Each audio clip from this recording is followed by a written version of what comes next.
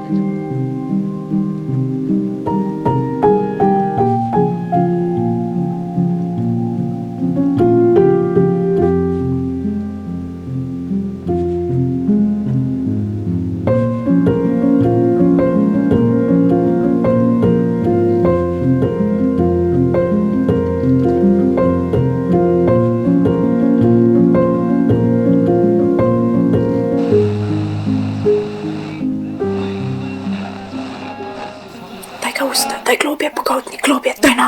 Če ne podvažeš prav, nobena stvar ne steče, v tem je trik.